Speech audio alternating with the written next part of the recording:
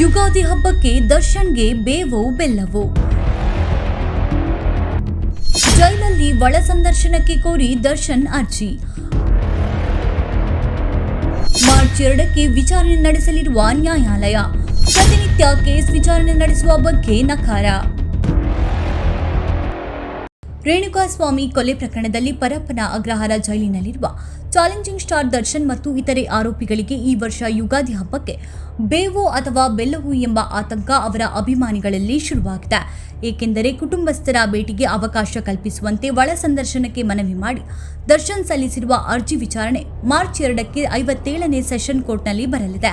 ಇದೇ ವೇಳೆ ಪ್ರತಿನಿತ್ಯ ಕೇಸ್ ವಿಚಾರಣೆ ನಡೆಸುವುದಿಲ್ಲ. ಎಲ್ಲ ವಿಚಾರಣಾಧೀನ ಕೈದಿಗಳ ಪ್ರಕರಣಗಳ ವಿಚಾರಣೆಯಂತೆ ಈ ಪ್ರಕರಣವು ನಡೆಯಲಿದೆ ಎಂದು ಕೋರ್ಟ್ ಮೌಖಿಕವಾಗಿ ನುಡಿದಿರುವುದು ಅಭಿಮಾನಿಗಳಲ್ಲಿ ಆತಂಕಕ್ಕೆ ಕಾರಣವಾಗಿದೆ. ಹೌದು, ವಿಚಾರಣೆಯನ್ನ ಚುರುಕುಗೊಳಿಸಲು ದೈನಂದಿನ ಆಧಾರದ ಮೇಲೆ ವಿಚಾರಣೆ ನಡೆಸುವಂತೆ ಹಾಗೂ ಕುಟುಂಬಸ್ಥರ ಭೇಟಿಗೆ ಅವಕಾಶ ಕಲ್ಪಿಸುವಂತೆ ದರ್ಶನ್ ಪರ ವಕೀಲರು ಕೋರ್ಟ್ಗೆ ಮನವಿಯನ್ನ ಸಲ್ಲಿಸಿದ್ದಾರೆ.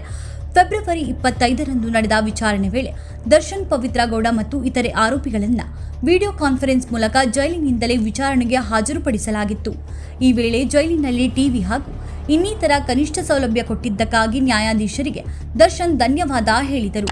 ಅದಕ್ಕೆ ಪ್ರತಿಕ್ರಿಯಿಸಿದ ನ್ಯಾಯಾಧೀಶರು, ಥ್ಯಾಂಕ್ಸ್ ಹೇಳಬಾರದು, ನಮ್ಮ ಕೆಲಸ ಮಾತ್ರ ನಾವು ಮಾಡಿದ್ದೇವೆ, ಥ್ಯಾಂಕ್ಸ್ ಹೇಳುವ ಅಗತ್ಯವೇ ಇಲ್ಲ ಎಂದು ಹೇಳಿದ್ದರು.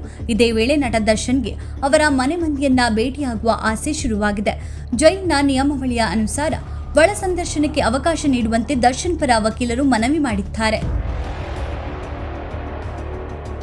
ಸುಪ್ರೀಂ ಕೋರ್ಟ್ನಲ್ಲಿ ಜಾಮೀನು ಆದೇಶ ರದ್ದಾದ ಬಳಿಕ ದರ್ಶನ್ ಪರಪ್ಪನ ಅಗ್ರಹಾರ ಜೈಲು ಸೇರಿ ಬರೋಬ್ಬರಿ 6 ತಿಂಗಳು ಕಳೆದಿದೆ.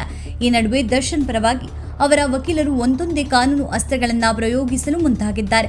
ಇದೀಗ ಕುಟುಂಬದವರ ಭೇಟಿ ವೇಳೆ ಒಳ ಸಂದರ್ಶನಕ್ಕೆ ಅವಕಾಶ ನೀಡುವಂತೆ ಮನವಿ ಮಾಡಿ ಕೋರ್ಟ್ನಲ್ಲಿ ಅರ್ಜಿ ಸಲ್ಲಿಸಿದ್ದಾರೆ. ಕರ್ನಾಟಕ ಕಾರಾಗೃಹ ಮತ್ತು ಸುಧಾರಣಾ ಸೇವೆಗಳ ನಿಯಮ 570 ಹಾಗೂ 574ರ ಅಡಿಯಲ್ಲಿ ದರ್ಶನ್ ಪರ ವಕೀಲರು ಕೋರ್ಟ್ಗೆ ಅರ್ಜಿ ಸಲ್ಲಿಸಿ ಮನವಿ ಮಾಡಿದ್ದಾರೆ. ದರ್ಶನ್ ಭೇಟಿಗೆ ಬರುವ ಕುಟುಂಬದವರು ಮತ್ತು ವಕೀಲರನ್ನ ಒಳಗಡೆ ಭೇಟಿ ಮಾಡಲು ಅವಕಾಶ ನೀಡಬೇಕು ಎಂದು ಕೇಳಿದ್ದಾರೆ. ಇದರ ವಿಚಾರಣೆಯನ್ನ ಕೋರ್ಟ್ ಮಾರ್ಚ್ 2ರಂದು ನಡೆಸುವುದಾಗಿ ನಿಗದಿ ಮಾಡಿ ವಿಚಾರಣೆಯನ್ನ ಮುಂದೂಡಿದ್ದಾರೆ. ವಿಶೇಷ ಆದ್ಯತೆ ಅವಶ್ಯಕತೆ ಇಲ್ಲ ಎಂದಿದ್ದ ಸುಪ್ರೀಂ ಕೋರ್ಟ್ ಜಾಮೀನು ರದ್ದುಪಡಿಸುವ ವಿಚಾರಣೆ ವೇಳೆ ಮುಂದೇನು ಎಂದು ಪ್ರಾಸಿಕ್ಯೂಷನ್ ಪರ ವಕೀಲರನ್ನ ಪ್ರಶ್ನಿಸಿತ್ತು. ಆಗ ವಕೀಲರು ಈ ಪ್ರಕರಣವನ್ನ ದೈನಂದಿನ ವಿಚಾರಣೆಗೆ ಒಳಪಡಿಸುವುದಾಗಿ ತಿಳಿಸಿತ್ತು. ಅದಕ್ಕೆ ನ್ಯಾಯಾಲಯವು ಅಂತಹ ವಿಶೇಷ ಅವಶ್ಯಕತೆ ಇಲ್ಲ, ಕಾನೂನಿನ ಮುಂದೆ ಎಲ್ಲರೂ ಸಮಾನರು ಎಂದು ಸ್ಪಷ್ಟಪಡಿಸಿತ್ತು. ದೇಶದಲ್ಲಿ ಅನೇಕ ಅಂಡರ್ ಟ್ರಯಲ್ ಆರೋಪಿಗಳು 7-8 ವರ್ಷಗಳಿಂದ ಜೈಲಿನಲ್ಲಿ ಇರುವ ಪರಿಸ್ಥಿತಿಯಲ್ಲಿರುವಾಗ ಅವರಿಗೆ ಸಿಗದ ಆದ್ಯತೆ ಇವರಿಗ್ಯಾಕೆ ಎಂದಿದ್ದನ್ನ ಇಲ್ಲಿ ಸ್ಮರಿಸಬಹುದು. Why should you do on day-to-day basis for this matter? There must be under trial prisoners languishing in jail past 5-7 years waiting for their trial. In the sense, I tell you lordship, ಕಾನೂನಿನ ಮುಂದೆ ಎಲ್ಲರೂ ಸಮಾನರು. ಪ್ರಕರಣದ trial ಅನ್ನ day to day basis ಮೇಲೆ ವಿಚಾರಣೆ ನಡೆಸುವಂತೆ ಮನವಿ ಮಾಡಲಾಗಿದೆ. ಆದರೆ ದರ್ಶನ್ ಅರ್ಜಿಗೆ ಪ್ರಾಸಿಕ್ಯೂಷನ್ ಪರ ವಕೀಲರು ಆಕ್ಷೇಪಣೆ ಸಲ್ಲಿಕೆ ಮಾಡಿದ್ದು, ಈಗಾಗಲೇ ಕೊಲೆ ಪ್ರಕರಣದ ವಿಚಾರಣೆಯನ್ನ ಆದ್ಯತೆ ಮೇರೆಗೆ ನಡೆಸಲಾಗುತ್ತಿದೆ ಎಂದು ತಿಳಿಸಿದ್ದಾರೆ.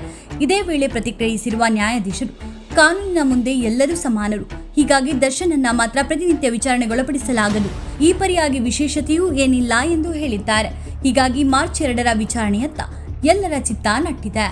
ದರ್ಶನ್ ಸಲ್ಲಿಸಿರುವ 2 ಮನವಿಗಳಿಗೆ ಕೋರ್ಟ್ ಪುರಸ್ಕಾರ ಸಿಗುತ್ತದೋ ಅಥವಾ ಇಲ್ಲವೋ ಎಂಬುದನ್ನು ಇನ್ನಷ್ಟೇ ಕಾದು ನೋಡಬೇಕಿದೆ. ಕ್ರೇಜಿ ಸ್ಟಾರ್ ಹೇಳಿಕೆ ವೈರಲ್. ನಟ ಸತೀಶ್ ನೀನಾಸಂ ಅಭಿನಯದ ರೈಸ್ ಆಫ್ ಅಶೋಕ ಚಿತ್ರದ ಟ್ರಯಲ್ ಬಿಡುಗಡೆ ಸಮಾರಂಭದಲ್ಲಿ ಭಾಗವಹಿಸಿದ್ದ ಕ್ರೇಜಿ ಸ್ಟಾರ್ ರವಿಚಂದ್ರನ್ ಅವರು ಡಿ ಬಾಸ್ ಎಂದು ಕೂಗುತ್ತಿದ್ದ ಅಭಿಮಾನಿಗಳನ್ನ ಉದ್ದೇಶಿಸಿ, ನಿಮ್ಮ ಡಿ ಬಾಸ್ 2 ತಿಂಗಳಲ್ಲಿ ಹೊರಬರಲಿದ್ದಾರೆ ನೋಡಿ ಎಂದು ಹೇಳಿದ ಮಾತುಗಳಿಂದ ದರ್ಶನ್ ಅಭಿಮಾನಿಗಳಲ್ಲಿ ಇನ್ನಿಲ್ಲದ ಖುಷಿ ತಂದಿರುವುದಂತೂ ನಿಜ. ದರ್ಶನ್ ಬಿಡುಗಡೆ ಕೋಡಿಶ್ರೀ ಭವಿಷ್ಯ.